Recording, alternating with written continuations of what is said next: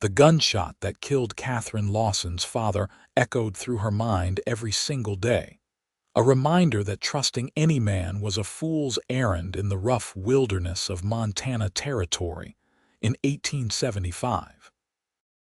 She stood behind the counter of her father's mercantile in Virginia City, now hers alone, watching the miners and cowboys come and go with eyes that held nothing but suspicion and cold resolve.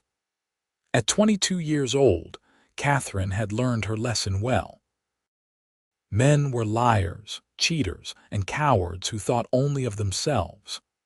Her father had been shot in the back by his business partner over a land dispute 3 months ago, leaving her to manage everything alone in this harsh frontier town, where women were scarce and respect even scarcer. Pastor William Green visited her shop that morning, his weathered face creased with worry as he approached the counter where she tallied receipts. The autumn wind rattled the windows, bringing with it the scent of pine and approaching winter. "Catherine, my dear, I must speak with you about your heart," he said gently, removing his hat and holding it respectfully against his chest. She did not look up from her ledger. "My heart is none of your concern, Pastor. If you are here to purchase supplies, I am happy to help. If you are here to preach, I have work to do. Child, I am worried about the bitterness I see consuming you. It has been 3 months since your father passed. God rest his soul, but you have built walls so high that no kindness can reach you." Catherine finally lifted her eyes to meet his, and the pastor was struck by how much hardness had settled into her once warm brown eyes. Her dark hair was pulled severely back, and her face, though beautiful, was set in lines of perpetual distrust. "Kindness," she laughed bitterly. "Is that what you call it when men promise protection and deliver betrayal? When they shake hands and then shoot you in the back? My father trusted his partner for 15 years, Pastor. 15 years of friendship and loyalty, and where did it get him? 6 feet under in the cemetery on the hill. Not all men are like Gerald Thompson. There are good men in this world, Catherine." "I have yet to meet one," she replied coldly, returning to her ledger.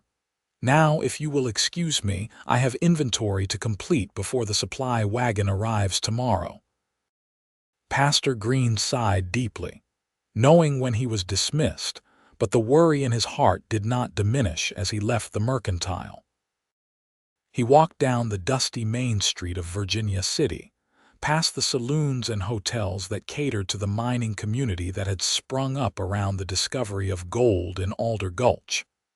The town had grown rapidly, bringing with it all manner of people, good and bad alike.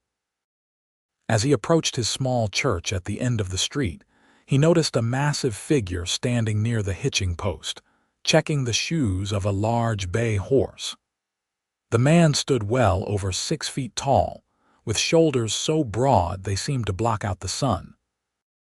His buckskin clothing was worn but well maintained, and his dark hair fell past his shoulders in the manner of someone who spent more time in the mountains than in town.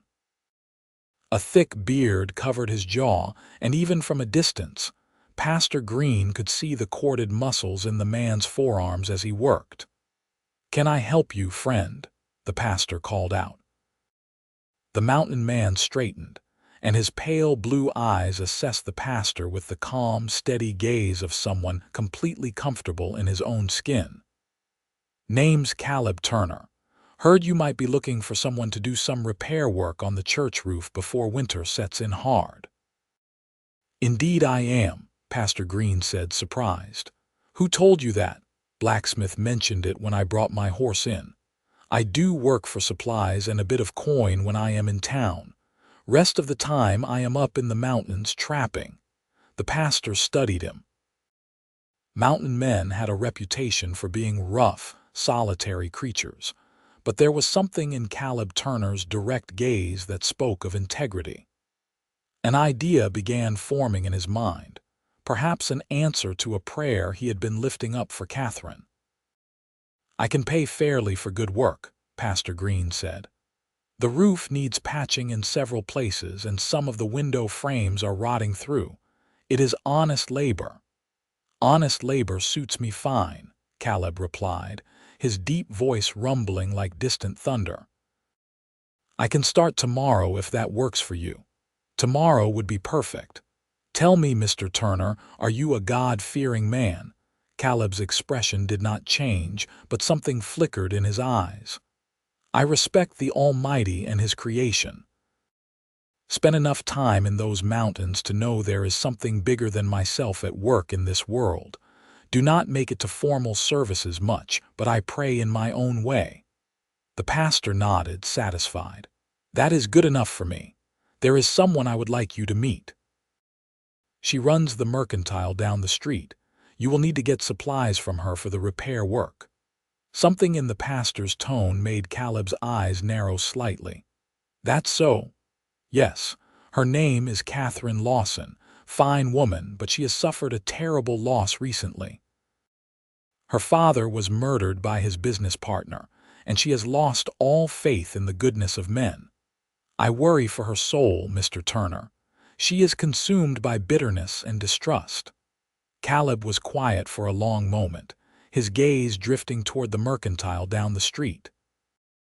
That is a heavy burden for anyone to carry, especially a young woman alone in a place like this. It is indeed. She needs someone to show her that not all men are unworthy of trust, someone whose actions speak louder than words. The pastor looked meaningfully at the mountain man. I believe God sometimes puts people in our path for a reason. Pastor, I am not a man of pretty words and courtly manners. I am more comfortable with a hunting rifle than sitting in parlors drinking tea. I am not asking you to court her with poetry, Mr. Turner. I am simply asking you to be yourself, to show her through your actions that a man's word can still mean something in this world. Pastor Green smiled slightly. Besides, you need supplies for the repair work anyway. It would be natural for you to visit the mercantile. Caleb looked skeptical but nodded slowly. I will get what I need from her store, but I make no promises beyond that. A woman who has decided to hate all men is not easily swayed. Perhaps not, the pastor agreed, but I have faith that steady, honest action can reach even the most guarded heart. The next morning, Catherine was arranging cans of peaches on a shelf when the door opened, bringing with it a gust of cold air and the largest man she had ever seen. She turned, instinctively taking a step back at the sheer size of him. He had to duck slightly to enter through the doorway, and his broad shoulders seemed to fill the entire entrance. Caleb removed his hat as he entered, his eyes adjusting to the dimmer interior of the shop. When he saw Catherine, he understood immediately why Pastor Green was worried. She was beautiful, with delicate features and dark eyes that should have been warm but instead held the chill of a mountain lake in winter. She stood rigidly behind the counter, her posture defensive, one hand moving subtly towards something beneath the counter. "Morning, madam," he said quietly, keeping his distance. "My name is Caleb Turner. I am doing repair work on the church and Pastor Green sent me to get supplies." "I see." Her voice was cool and businesslike. "Do you have a list?" "No, madam. Was hoping you could help me determine what I need." "The roof needs patching, and some window frames need replacing." Catherine studied him with obvious suspicion, her gaze taking in his buckskin clothing, the knife at his belt, and the way he moved with the careful grace of a predator. She had seen men like him before, mountain men who came to town a few times a year to sell furs and buy supplies. They were usually rough, crude, and drunk within hours of arriving. "I can help you find what you need," she said finally. "But I expect payment in full before anything leaves this store." "Understood, madam. I pay my debts." Something in the simple certainty of his statement made her pause, but she pushed the feeling aside. Men always seemed trustworthy at first. That was how they got you to lower your guard. For the next 30 minutes, they moved through the store gathering supplies. Catherine noticed several things despite herself. Caleb Turner moved carefully in the confined space, clearly aware of his size and strength. He did not try to make unnecessary conversation or compliment her appearance the way most men did. He asked intelligent questions about the quality of different materials and listened carefully to her answers. When she had to reach something on a high shelf, he waited to see if she would ask for help rather than assuming she needed it. "That should do it," she said finally, tallying the supplies on the counter. "The total comes to $23.40. Caleb counted out the money carefully, his large hands surprisingly deft as he handled the coins and bills. He placed the exact amount on the counter. "Thank you, madam. I will be back if I need anything else." "Wait," she said as he gathered his supplies. "You will need something to carry all this. I have my horse outside. The nails will tear through your saddlebags. Take this." She pulled out a sturdy canvas bag and added it to his pile. "No charge." He looked at her for a long moment, and she felt uncomfortable under that steady blue gaze, as if he could see past all her carefully constructed walls. "That is kind of you, Miss Lawson. I appreciate it." After he left, Catherine stood staring at the door, annoyed with herself. Why had she given him the bag? She did not need to do favors for strange men, no matter how politely they conducted themselves. It meant nothing. One display of decent manners did not make a man trustworthy. Over the next week, Caleb worked on the church roof, and Catherine found herself watching from the mercantile window more than she cared to admit. He worked steadily from dawn until the light failed, his powerful frame moving across the roof with surprising agility. Even from a distance, she could see the play of muscles beneath his shirt as he hammered and lifted, the physical labor seeming effortless for him. He came into the mercantile twice more that week for additional supplies, and each time he was quiet, polite, and businesslike. He did not try to flirt or make personal conversation. He paid exactly what he owed and thanked her courteously. It was maddening because it gave her nothing to criticize, nothing to confirm her belief that all men were unworthy of trust. On Saturday afternoon, Catherine was closing up the shop when she heard shouting from down the street. She stepped outside to see a crowd gathering near the saloon. Two miners were engaged in a vicious fight, rolling in the dirt as onlookers cheered and placed bets. She was about to go back inside, disgusted by the display, when she saw one of the miners pull a knife. Before she could process what was happening, a large figure moved through the crowd with purposeful strides. Caleb Turner stepped into the fray, catching the knife-wielding miner's wrist in one massive hand and squeezing until the man cried out and dropped the weapon. With his other hand, Caleb grabbed the second miner by the collar and physically separated them as easily as if they were children. "That is enough," his deep voice carried clearly over the noise of the crowd. "Take your disagreement somewhere else, or settle it with words like men instead of rolling in the dirt like dogs." The miner whose wrist he had grabbed was foolish enough to take a swing at Caleb. The mountain man moved with surprising speed, ducking the blow and delivering a short, controlled punch to the man's midsection that dropped him like a stone. The second miner took one look at Caleb's expression and wisely decided to leave. The crowd dispersed, disappointed that the entertainment had ended. Caleb picked up the knife from the dirt and walked over to the sheriff's office, presumably to turn it in. Catherine found herself still standing in front of her shop, her heart racing from the sudden violence and its equally sudden resolution. That evening, as she prepared her simple dinner in the small living quarters behind the mercantile, she could not stop thinking about what she had witnessed. Caleb Turner had intervened not for glory or to prove his strength, but simply because it was the right thing to do. He had used exactly as much force as necessary and no more, and he had walked away without seeking thanks or recognition. Still, she reminded herself firmly, one good deed did not make a man trustworthy.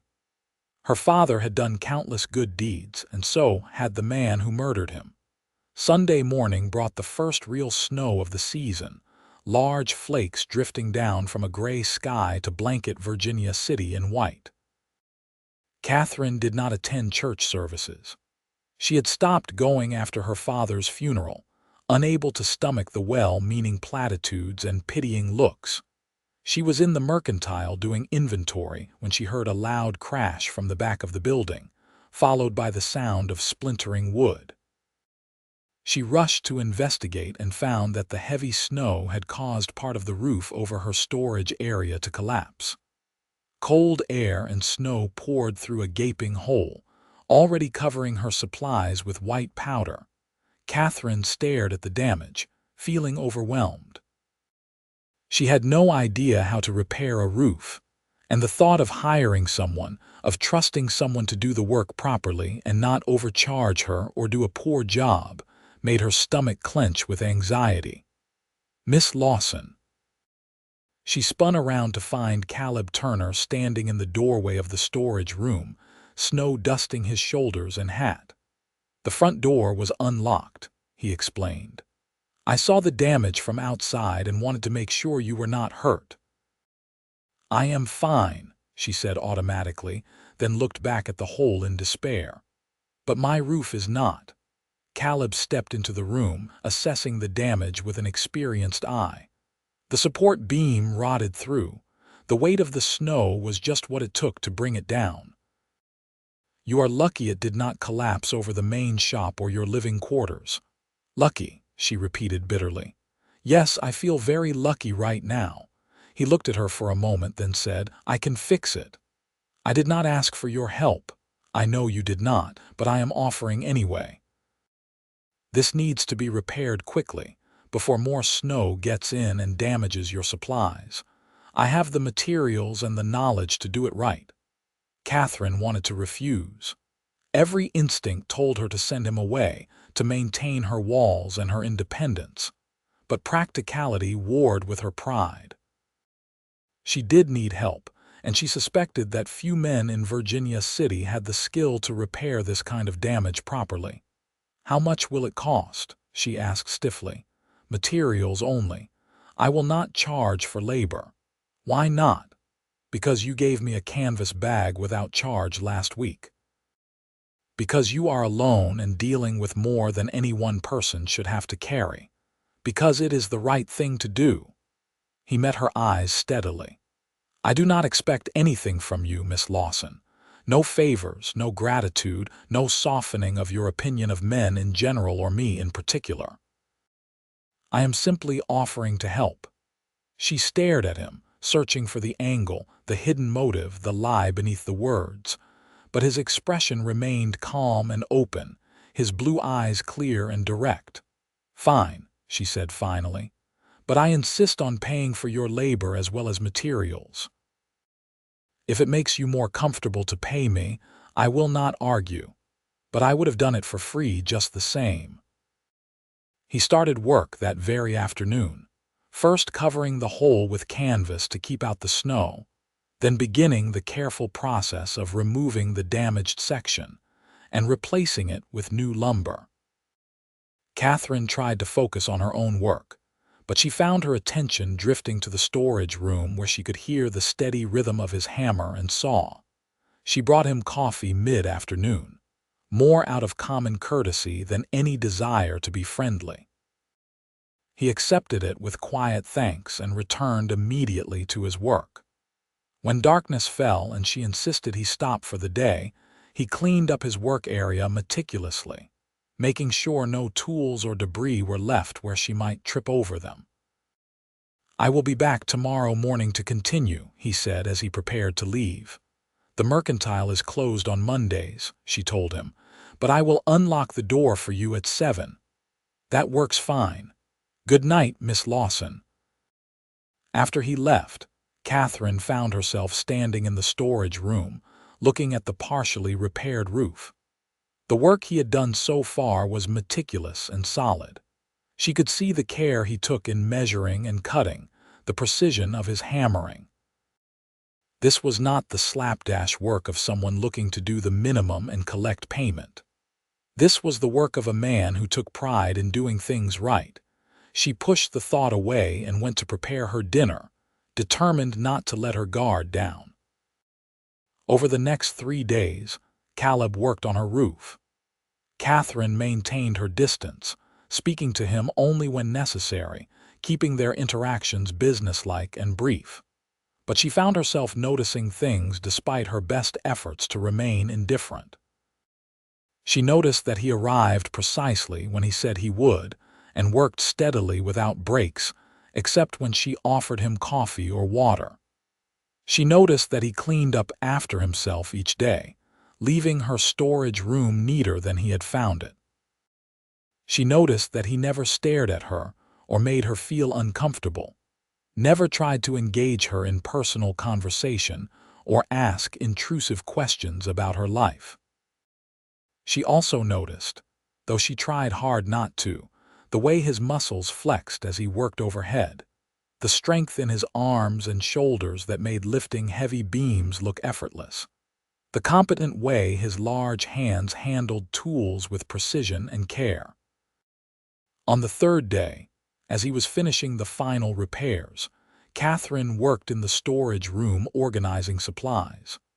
A box of canned goods on a high shelf shifted, and several cans tumbled down directly toward her head. Before she could react, Caleb crossed the room in 2 long strides and caught the cans, his body angling to shield her from any that he missed. For a moment they stood frozen. Catherine pressed back against the shelving, Caleb's large frame blocking her from potential harm, his arms still extended from catching the cans. She could feel the heat radiating from his body, could smell the clean scent of sawdust and pine on his skin. Her heart hammered in her chest, though whether from the near miss or his proximity she could not say. "You all right?" he asked quietly, his blue eyes searching her face with genuine concern. "Yes," she managed. "Thank you." He stepped back immediately, giving her space, and set the cans carefully on the floor. "That shelf bracket is loose. I can fix it if you want." "That would be helpful," she said, her voice not quite steady. As he worked on the shelf, Catherine found herself watching his profile. His face was weathered from years in the mountains, with small lines around his eyes that suggested he squinted against sun and snow. His beard was neatly trimmed despite his rugged appearance, and his hair, though long, was clean and brushed back from his face. There was something almost noble about his features, a quiet strength that went beyond physical power. She caught herself staring and quickly looked away, angry at her own weakness. Physical attraction meant nothing. Her father's killer had been handsome too. Appearance and actions were 2 different things entirely. That evening, after Caleb had finished both the roof and the shelf repairs, Catherine tallied what she owed him. "The total is $38 for materials and labor," she said. "The materials were $22, he corrected gently. "I told you I did not want payment for labor. And I told you I insist on paying fairly for work done. You spent 3 full days on these repairs. $38 is more than reasonable." They stood on opposite sides of the counter, locked in a silent battle of wills. Finally, Caleb sighed. "Miss Lawson, I have plenty of money from selling my furs. I do not need payment for helping someone who needed help. I am not a charity case, Mr. Turner. I never suggested you were. But accepting help does not make you weak or obligated. It just makes you human. I have learned that accepting help from men always comes with strings attached." "Not from me," he said simply. "I will take the $22 for materials because you insist on paying something. But I will not take a cent more." Catherine wanted to argue further, but something in his expression told her it would be pointless. She counted out $22 with stiff, jerky movements and pushed the money across the counter. "Thank you for the repairs," she said formally. "You are welcome, Miss Lawson." He pocketed the money and turned to leave, then paused at the door.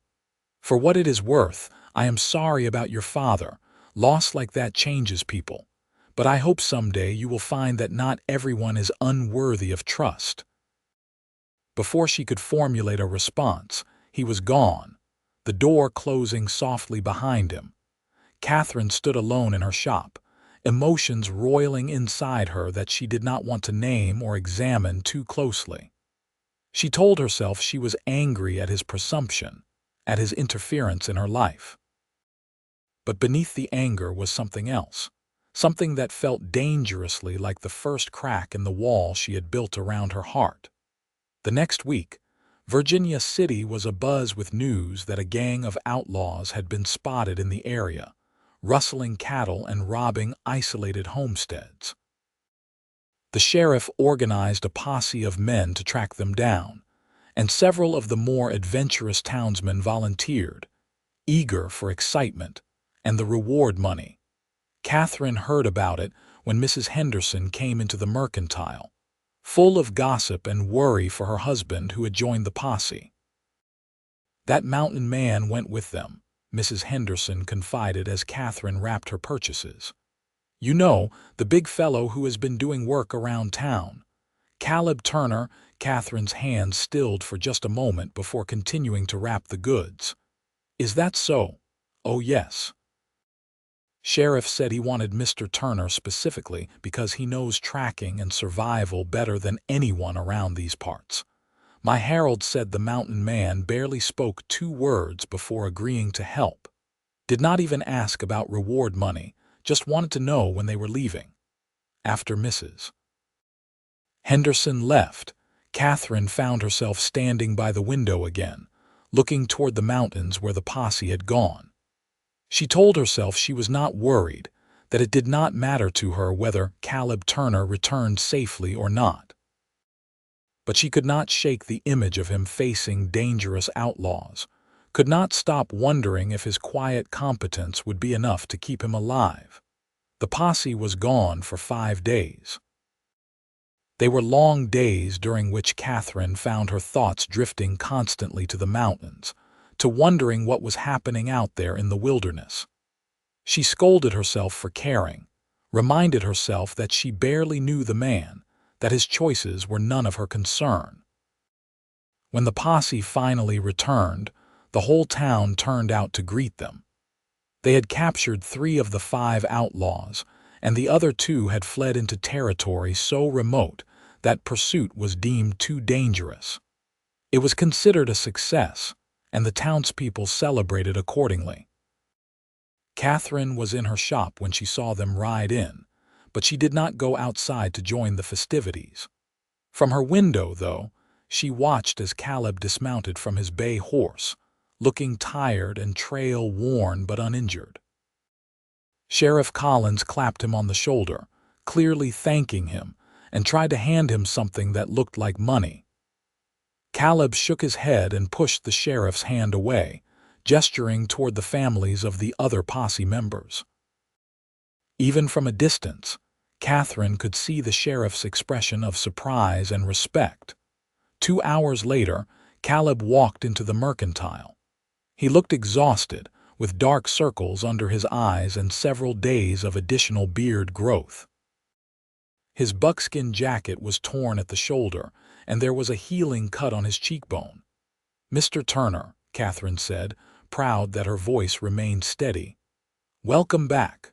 "Thank you, Miss Lawson. I am in need of some supplies before I head back up to my cabin in the mountains.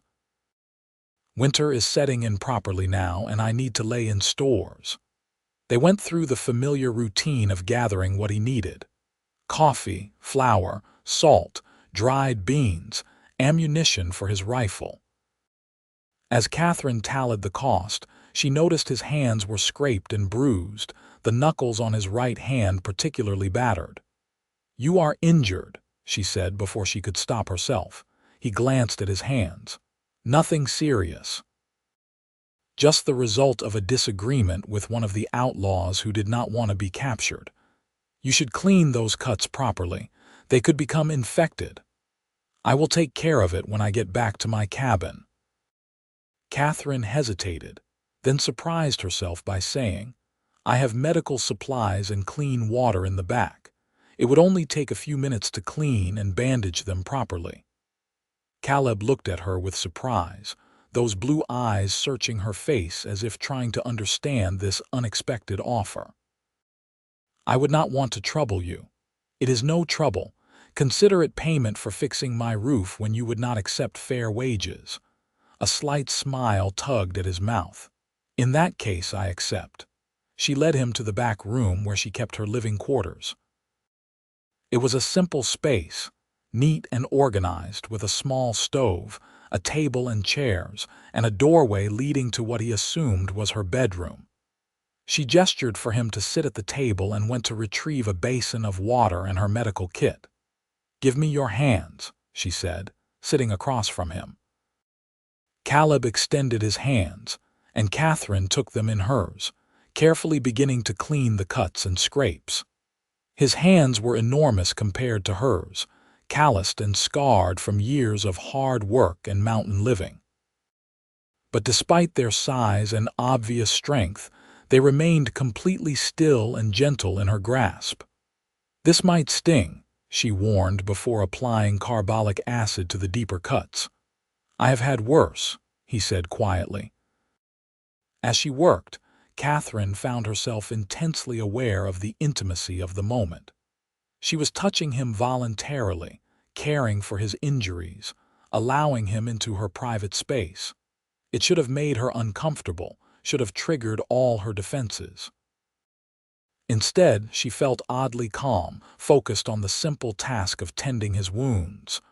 Why did you refuse the reward money? She asked as she began wrapping a bandage around his right hand. Did not do it for money. Did it because it needed doing.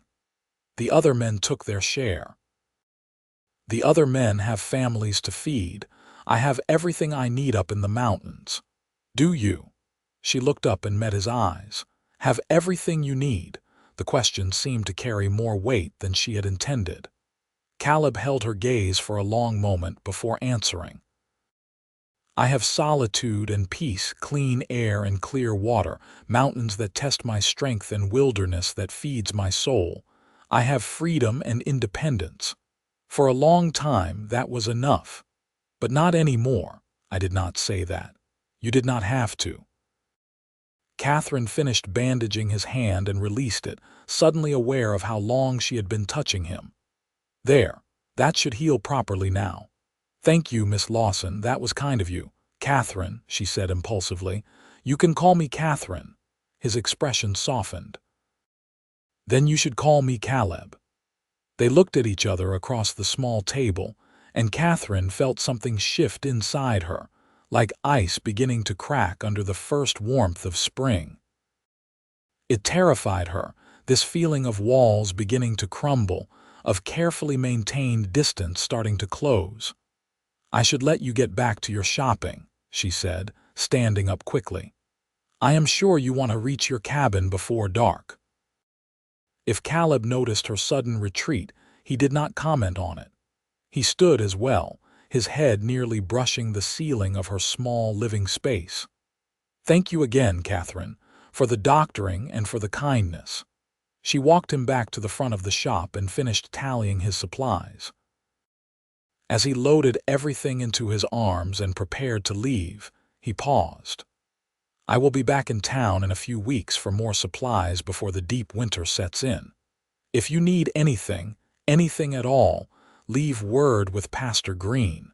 I check with him each time I come down from the mountains. I will be fine, she said automatically. I know you will. You are strong and capable, but being strong does not mean you have to face everything alone. Then he was gone, and Catherine was left staring at the door, her carefully ordered world feeling suddenly less certain than it had been. The weeks that followed were long and cold. November gave way to December, and snow piled high in the streets of Virginia City. Catherine kept the mercantile running, maintaining her routine with determined focus. But she found her thoughts returning again and again to Caleb Turner, to his quiet strength and unexpected gentleness, to the way he had refused to be driven away by her coldness, yet never pushed for more than she was willing to give. Pastor Green visited regularly, ostensibly to purchase supplies but really to check on her welfare.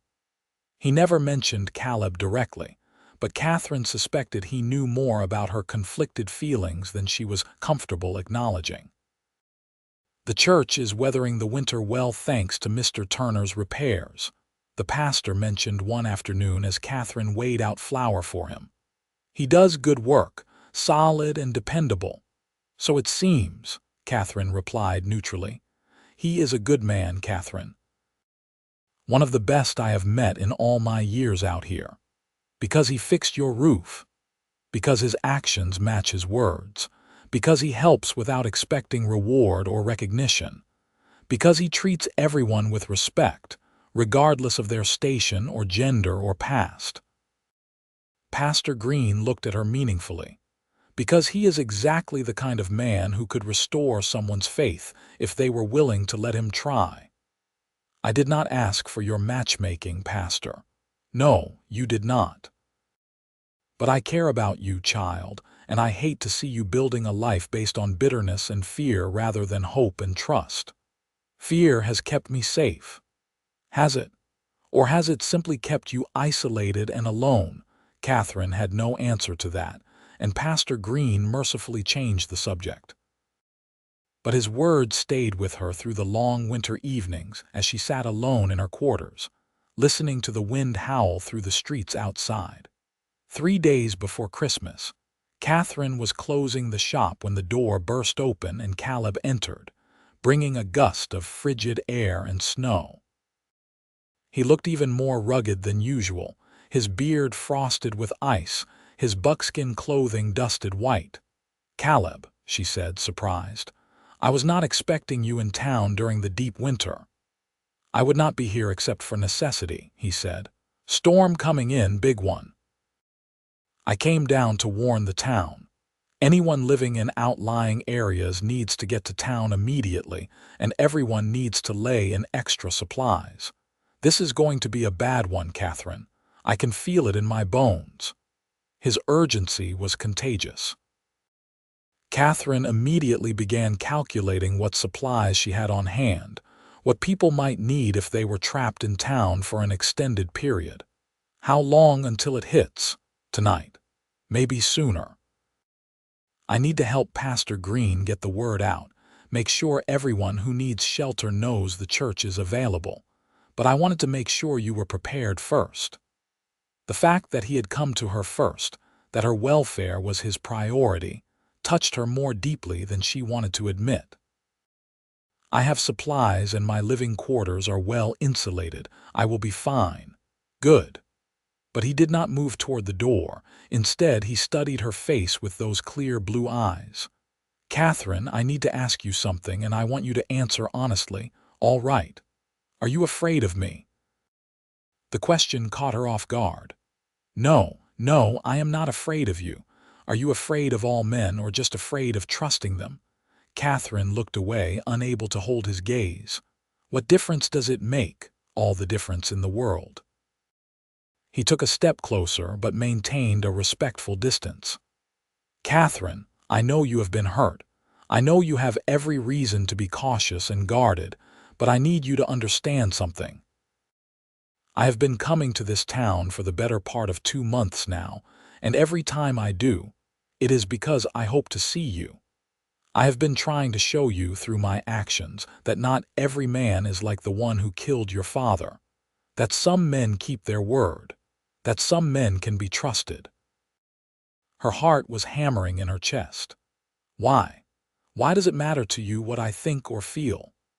"Because somewhere between fixing that church roof and patching yours, between watching you be strong and brave and determined to need nobody, I started caring about you." more than caring if I am being honest." He took a deep breath. "I am not asking you to love me back or even to give me a chance right now.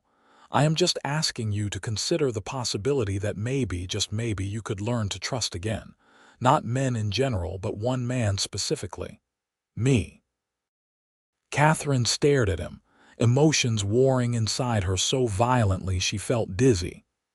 Terror and hope, distrust and longing, the desperate desire to protect herself, and the equally desperate desire to be brave enough to take a chance. "I do not know if I can," she whispered. "That is honest, and I appreciate honesty. So let me be equally honest with you. I will earn your faith every single day, Catherine. Every day, for as long as it takes. Through my actions, my consistency, my reliability. I will prove to you that I am a man worth trusting. All I ask is that you do not shut the door completely, that you give me a chance to show you who I really am." Before she could respond, the wind outside increased dramatically, rattling the windows with violent force. Caleb glanced toward the door. "I need to go help the pastor. But I will be back to check on you once the storm hits. Will you be here?" "Where else would I go? Promise me you will stay inside and stay safe." "I promise." He nodded, then did something unexpected. He reached out slowly, giving her plenty of time to pull away, and gently tucked a strand of hair behind her ear. His touch was careful, reverent, the gesture of a man who understood the value of what he was reaching for. "Every day, Catherine," he said softly. "I will earn it every day." Then he was gone into the swirling snow, and Catherine was left trembling in the middle of her shop, her hand rising unconsciously to touch the place where his fingers had brushed her cheek. The storm hit with a fury that old-timers would talk about for years to come. Snow fell so thick that visibility was reduced to mere feet.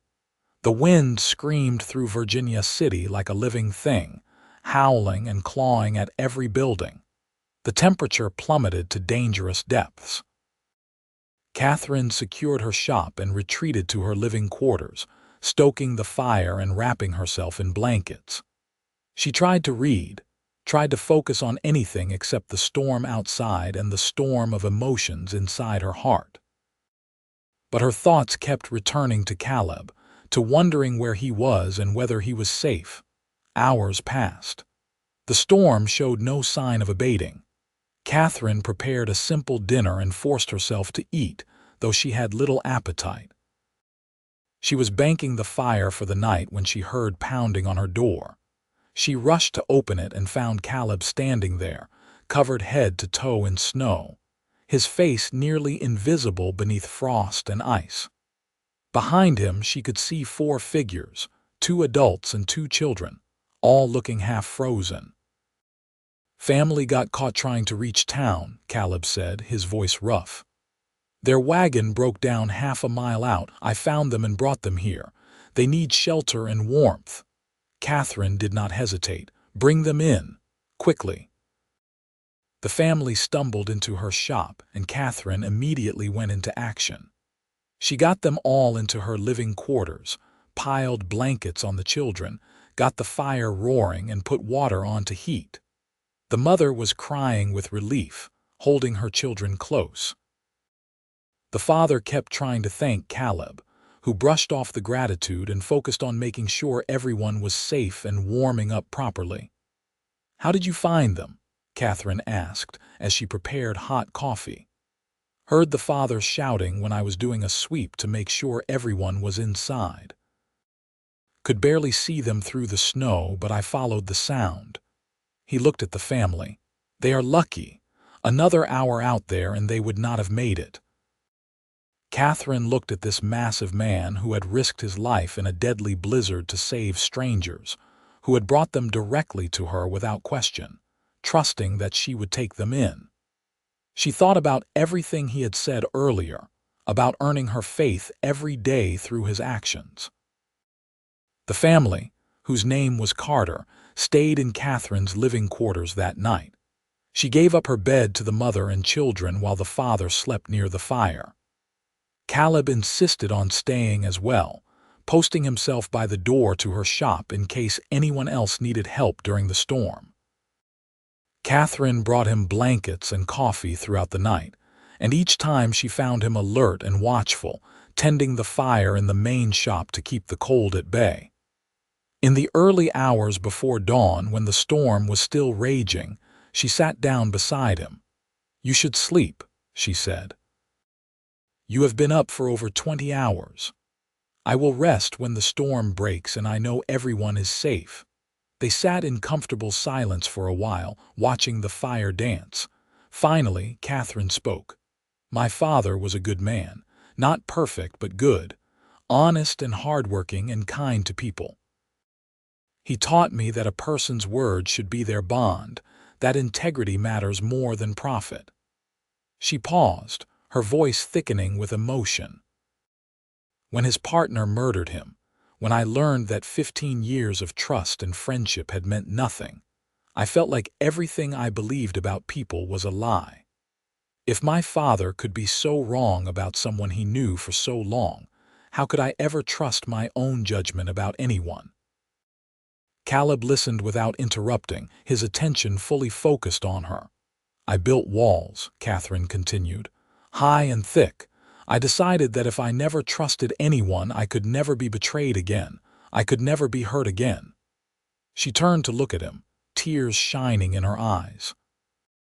"But you know what I realized tonight, watching you risk your life to save strangers. Being afraid to trust is not the same as being safe. It is just another kind of prison." "Catherine," he said gently. "I am still scared," she admitted. "Terrified, actually, but I think maybe I am ready to try. To give you the chance you asked for, to see if you really will earn my faith every day." Caleb reached out slowly and took her hand in his much larger one. His grip was warm and strong and careful. "I will," he promised. "Every single day, Catherine, through my actions, not just my words. I will show you that I am a man you can trust with your heart." They sat like that, hands clasped, watching the fire together as the storm raged outside. And for the first time in months, Catherine felt something unfamiliar stirring in her chest. It took her a moment to recognize what it was: hope. The storm lasted 3 days. During that time, Catherine's mercantile became an unofficial shelter for several families who needed extra space or supplies. Caleb worked tirelessly, checking on everyone in town, chopping wood for those who were running low, helping to dig out doorways buried in snow. He never asked for payment or thanks, simply did what needed to be done and moved on to the next task. Catherine watched him interact with others and saw the same quiet competence and genuine care he had shown her. He was patient with children, respectful to women, straightforward with men. When old Mr. Perkins complained that Caleb had stacked his firewood wrong, Caleb simply apologized and restacked it the way the old man wanted without a hint of annoyance. "He is something special, your mountain man, Mrs. Carter said as she and Catherine prepared food for all the people sheltering in the mercantile. "My Henry says he has never seen anyone so strong and capable.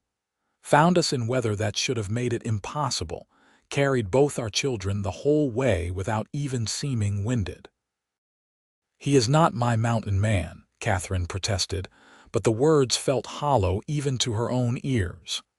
"Maybe not yet," Mrs. Carter said with a knowing smile, "but the way he looks at you when you are not watching, that man is completely smitten." When the storm finally broke on the 4th day, the town emerged into a landscape transformed.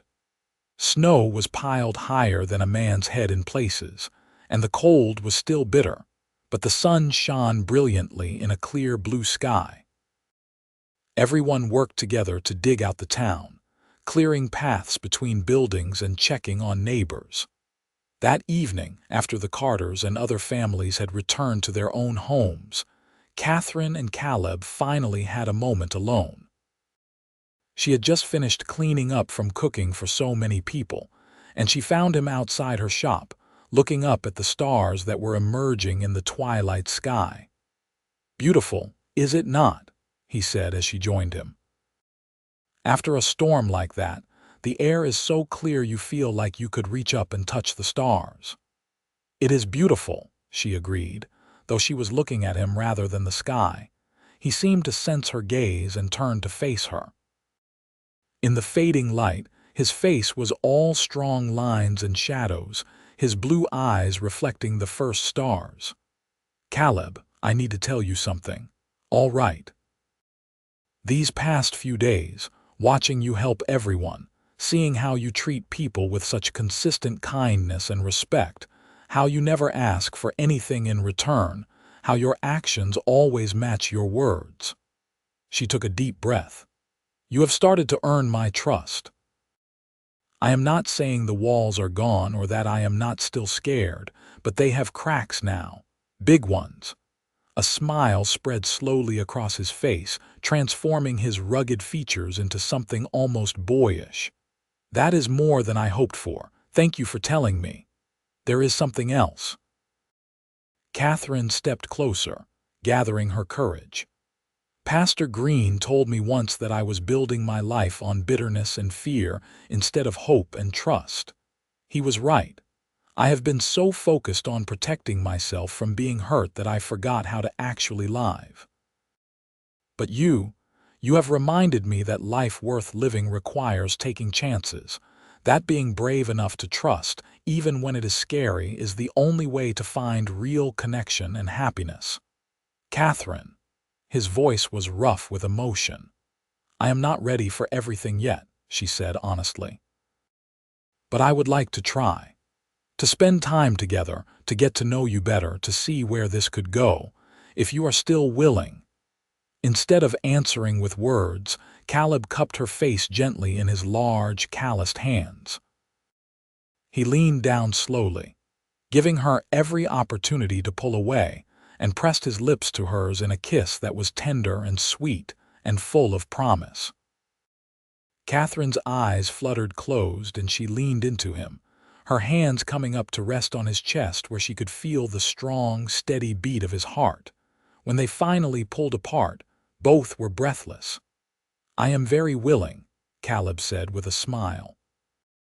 Over the weeks that followed, Caleb courted Catherine with a patience and dedication that slowly but surely dissolved the rest of her walls. He came to town more frequently, always finding legitimate reasons, work to be done or supplies to be bought. But everyone, including Catherine, knew the real reason was simply to see her. He took her on walks through the snow-covered streets of Virginia City, pointing out tracks of various animals and teaching her to read the signs of the wilderness.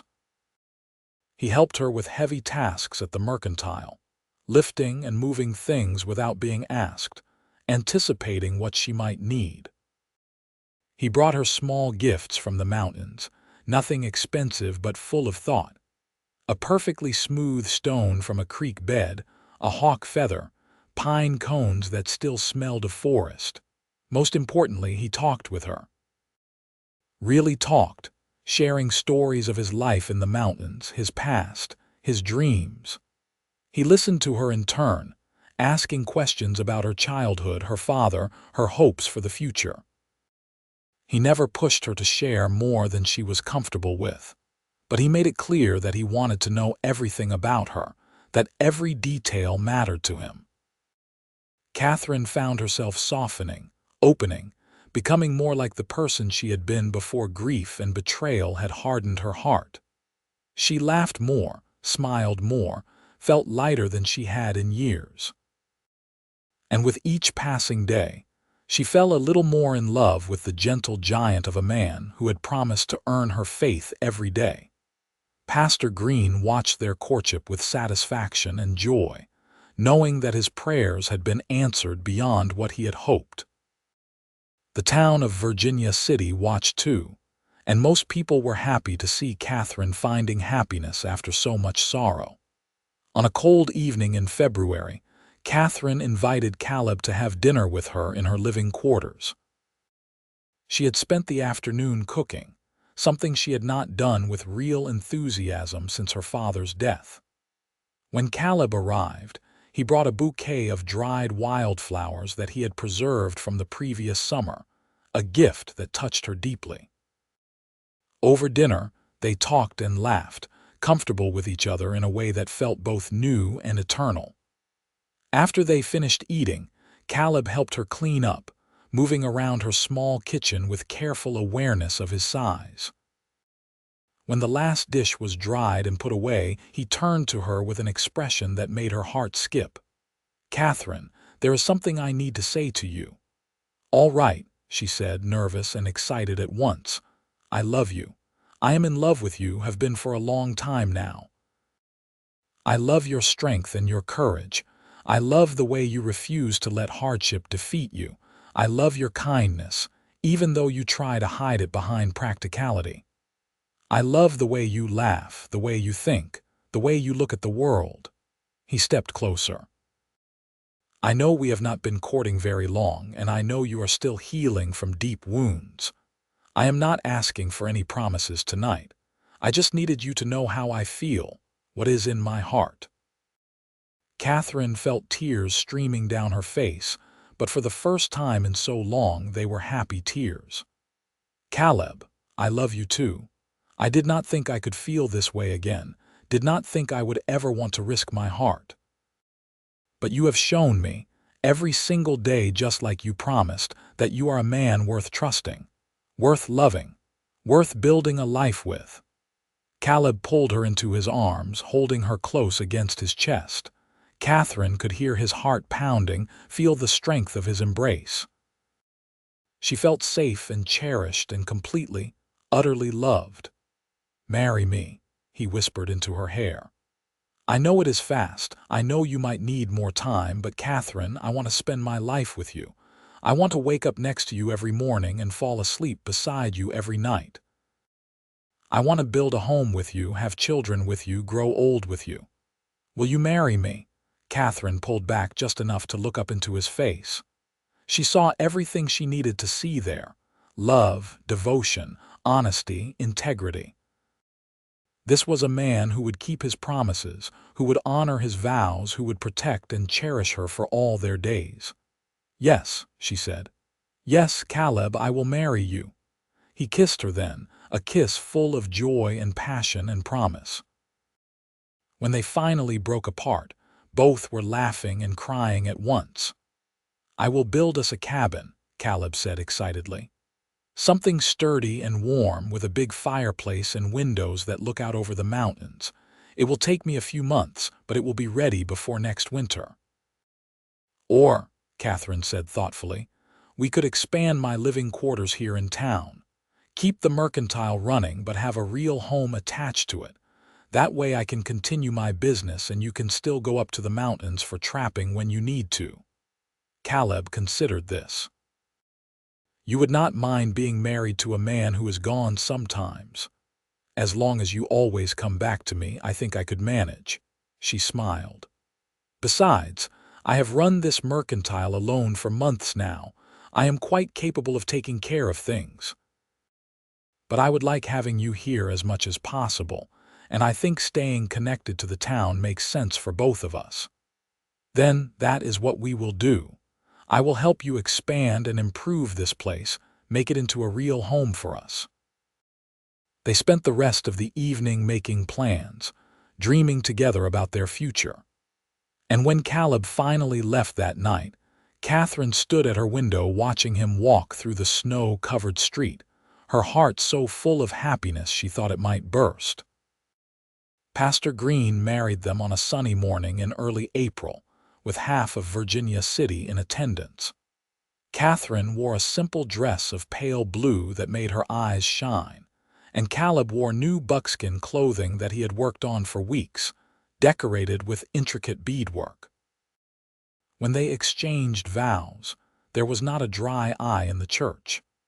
"I promise to love you and honor you all the days of my life," Caleb said, his deep voice steady and sure. "I promise to be worthy of your trust, to earn your faith not just today but every day we are given together. I promise to protect you, cherish you, and support you in all your dreams." "I promise to love you with my whole heart," Catherine said, tears streaming down her face. "I promise to trust you, to build a life with you, to be your partner and your best friend. You taught me how to hope again, how to believe in goodness again. I promise to spend the rest of my life showing you how grateful I am that you never gave up on me." When Pastor Green pronounced them husband and wife, Caleb swept Catherine into his arms and kissed her soundly, to the cheers and applause of everyone gathered.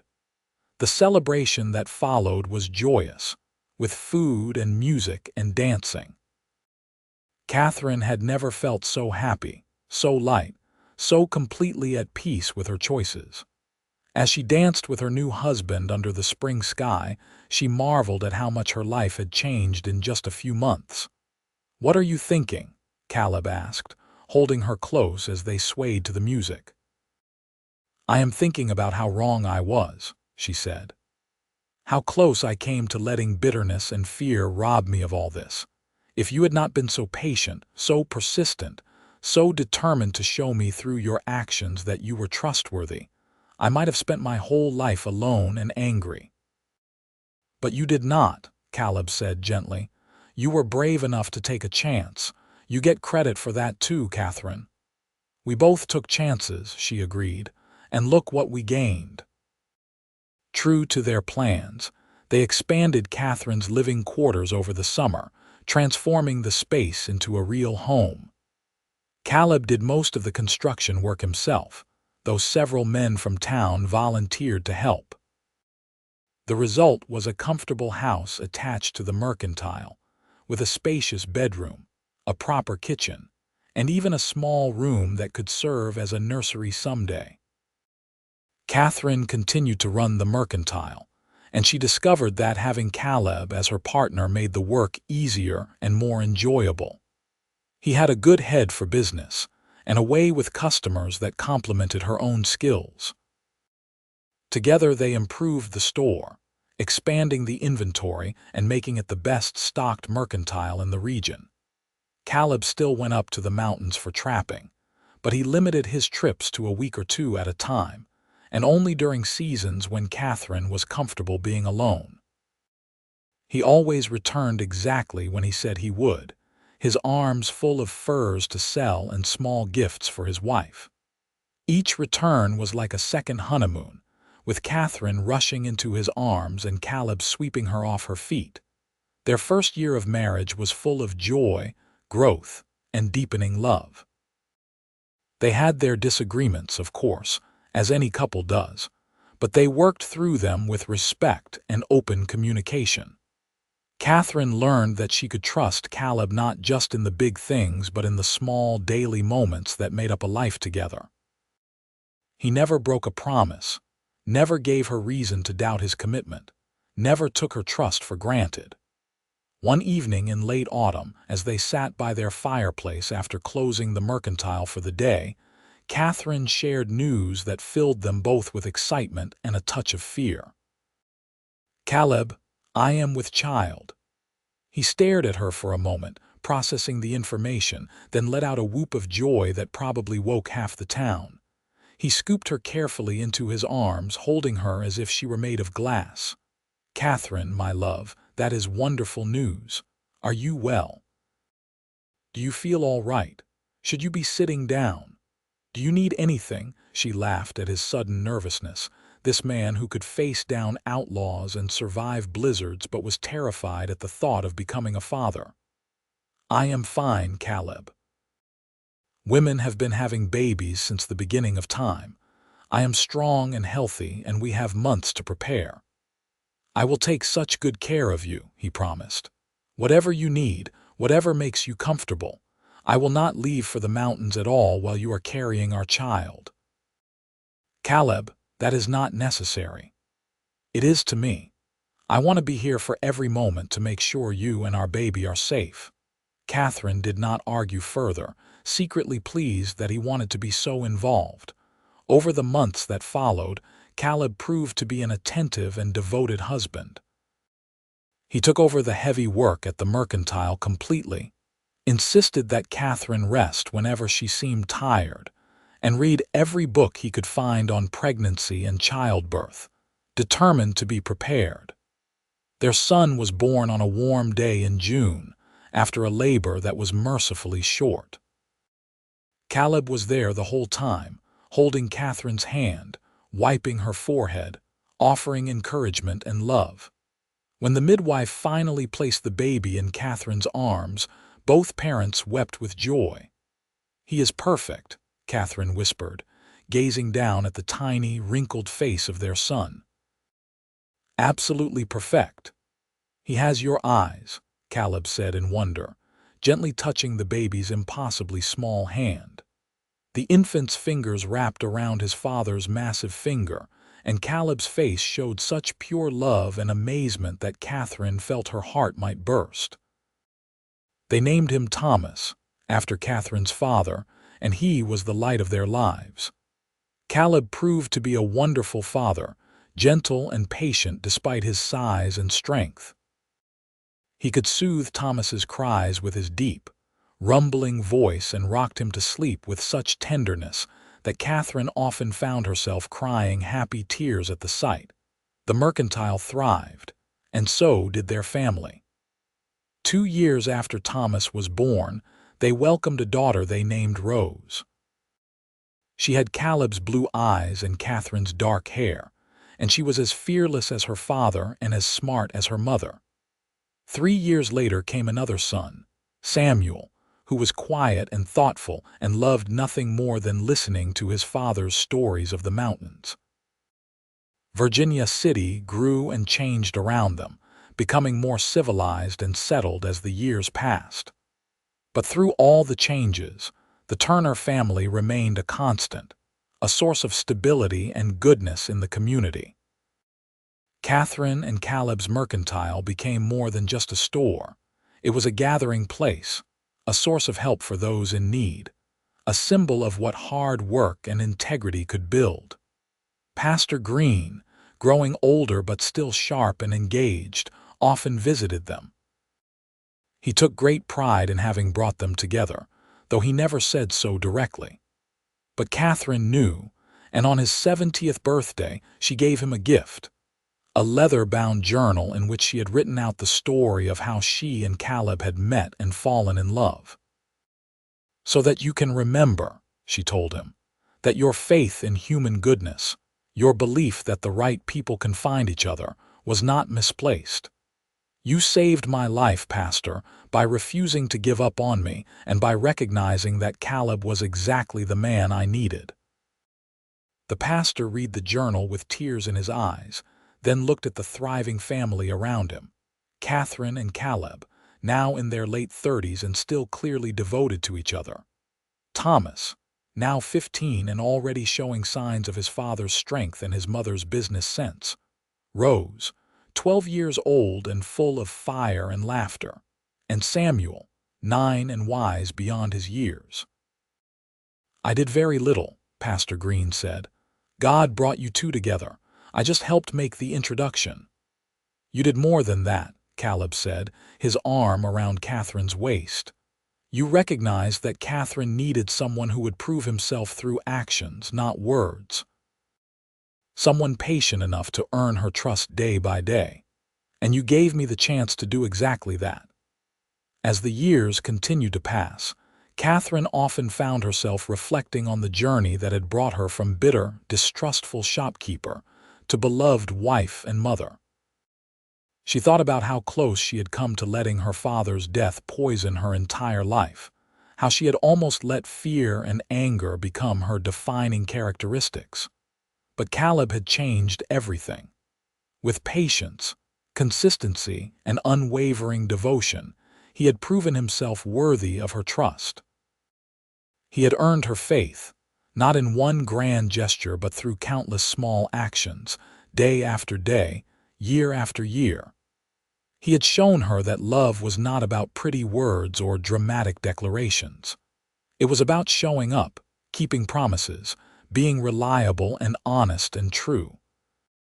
On their 20th wedding anniversary, the family gathered for a celebration at the mercantile, which had been expanded twice more over the years. Thomas was now married himself, with a baby on the way. Rose was engaged to a young doctor who had recently moved to Virginia City. Samuel was helping run the mercantile and had shown a real talent for business. As Catherine looked around at her family, at the life she and Caleb had built together, she felt overwhelming gratitude. Her father would have been so proud, she thought. He would have loved Caleb, would have recognized in him the same values he had tried to instill in Catherine: integrity, honesty, hard work, and devotion to family. That evening, after the celebration had ended and the children had gone to their own homes, Catherine and Caleb sat together on the porch they had added to their house, watching the sun set over the mountains. "You remember," Catherine said softly, "that first conversation we had? When I was so cold and suspicious. I remember thinking you were the most guarded person I had ever met," Caleb said with a smile, "and the most beautiful, and the most in need of someone to prove to her that trust was still possible. You did that. You really did. Every single day, just like you promised. It was not hard, Catherine. Loving you, being worthy of your trust, that has been the easiest thing I have ever done. You are my heart, my home, my reason for everything." She leaned against him, and he wrapped his arm around her, holding her close as they watched the sky turn brilliant shades of orange and pink. After 20 years of marriage, 3 children, countless challenges and triumphs, they were still as in love as they had been on their wedding day. More even, because time had deepened and enriched what they shared. "I love you, Caleb Turner," Catherine said. "Thank you for never giving up on me." "I love you, Catherine Turner," he replied. "Thank you for being brave enough to trust again." As the stars began to emerge in the darkening sky, they sat together in comfortable silence. 2 people who had found each other against the odds, who had built a life of love and purpose and joy. Catherine had learned that faith in men, or rather in one man, was not foolish or dangerous. It was the foundation of everything good in her life. And Caleb had proven, through 2 decades of daily devotion, that he was a man worthy of that faith, that his promise to earn it every day was not empty words but a sacred vow he had kept and would continue to keep until his last breath. In the wild frontier town of Virginia City, Montana Territory, amid all the rough edges and harsh realities of life in the West, they had created something beautiful and lasting. They had created a love story that would be told to their grandchildren and great-grandchildren, a reminder that trust and faith, once broken, could be rebuilt by someone patient enough, devoted enough, and loving enough to earn it, one day at a time. Years continued to flow by like the creek that ran behind their property, sometimes rushing with the excitement of new grandchildren and business successes, sometimes slow and peaceful in the comfortable rhythm of long married life. Catherine's hair gained silver threads, and Caleb's beard went completely white, but their love remained as strong and vital as ever. When Catherine was 55 and Caleb 58, Pastor Green passed away peacefully in his sleep. The entire town mourned, but none more than the Turners, who had lost a dear friend and the man who had brought them together. At his funeral, Catherine spoke about the pastor's wisdom and compassion, his unwavering belief in the power of love and redemption. "He worried about me when I had given up on goodness," she told the gathered crowd. "He saw that I was drowning in bitterness and threw me a lifeline in the form of a mountain man who would prove, every single day, that faith could be restored." She looked at Caleb, her eyes shining with tears and love. "Pastor Green gave me back my life. He gave us both the greatest gift, each other." Thomas and his wife now had 4 children of their own. Rose and her husband, the doctor, had 3. Samuel had married a teacher from back east, and they had 2 little ones. The Turner grandchildren were a boisterous, loving bunch who adored spending time at the mercantile with their grandparents, listening to Caleb's stories of the mountains and learning business skills from Catherine. On quiet evenings, Catherine and Caleb would sit on their porch, watching their grandchildren play in the yard, and marvel at how richly blessed their lives had become. The mercantile was now run primarily by Samuel, though Catherine still kept a hand in the books and planning. Caleb no longer went to the mountains for trapping. His days of wilderness survival were behind him. But he kept busy with carpentry work and helping to raise the grandchildren, and he was content. "You ever miss it?" Catherine asked him one evening. "The mountains, the solitary life, the freedom of being on your own." Caleb considered the question seriously, as he did all things. "Sometimes I miss the quiet of the high country," he admitted. "The feeling of being completely alone with nature and God. But would I trade what we have here, this family, this life with you, for all the mountains in the world?" He shook his head firmly. "Never. Not for a single moment. You are my home, Catherine. You always have been, from the moment I first saw you in that mercantile, all fierce and guarded and determined not to need anyone." "I needed you," she said softly. "I just did not know it yet. We needed each other. Still do." They held hands, fingers interlaced, watching the sun paint the sky in brilliant colors as it set beyond the mountains. Their children's laughter drifted from inside the house where the family was gathered for Sunday dinner. The smell of Catherine's cooking wafted through the open windows. Somewhere nearby, a dog barked and children played. It was an ordinary moment, one of thousands they had shared over their decades together. But it was also extraordinary because it represented everything they had built: trust, love, family, home, belonging.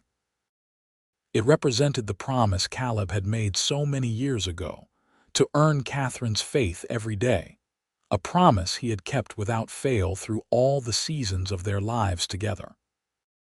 As darkness fell, and the stars emerged one by one, Catherine leaned her head on Caleb's broad shoulder, feeling the steady strength of him, the absolute reliability that had been the cornerstone of their marriage.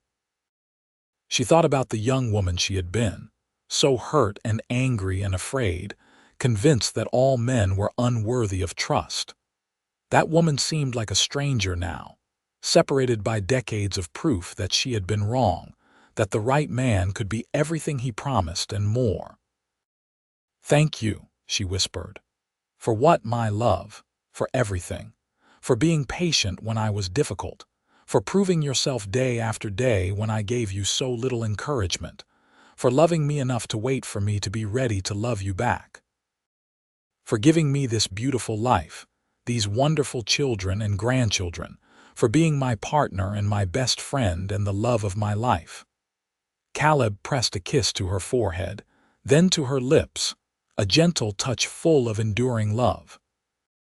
"Catherine, earning your trust, your faith, your love, has been the greatest honor and privilege of my life. Every day I wake up grateful that you chose me, that you were brave enough to take a chance on us.